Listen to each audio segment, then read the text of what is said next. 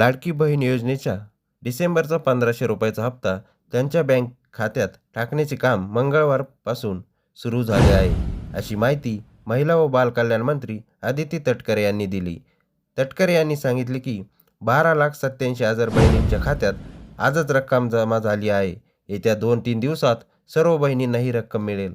लाडकी बहीणसह लोकाभिमुख योजना सुरूच राहतील, अशी खात्री मुख्यमंत्री देवेंद्र फडणवीस यांनी दिली. आधार प्रमाणीकरण होत नसल्याने काही महिला या योजनेपासून वंचित राहिल्या होत्या, पण आता ज्या महिलांचे आधार प्रमाणीकरण झाले आहे त्यांना लाभ मिळण्याचा मार्ग मोकळा झाला आहे, असे आदिती तटकरे यांनी स्पष्ट केले.